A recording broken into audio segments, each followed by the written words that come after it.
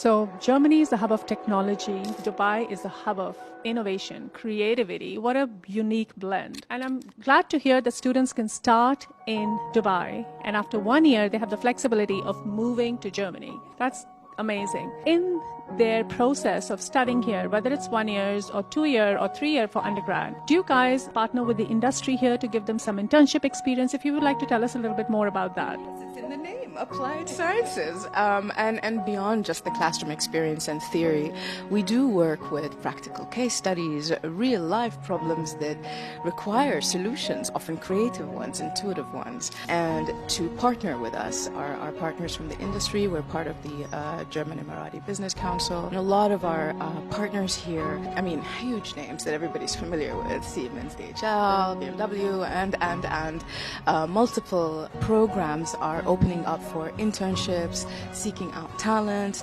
development. And so we're very excited to start to announce these partnerships and provide these opportunities for both the business world to look at the talent that's developing on our campus, and also for our students to experience this wonderful business setting that we are in and get a little bit mature about coming to campus. And they have their access cards, they come in, they see everybody walking in and out of meetings. It's such a unique environment. I'm so excited to share that with the students.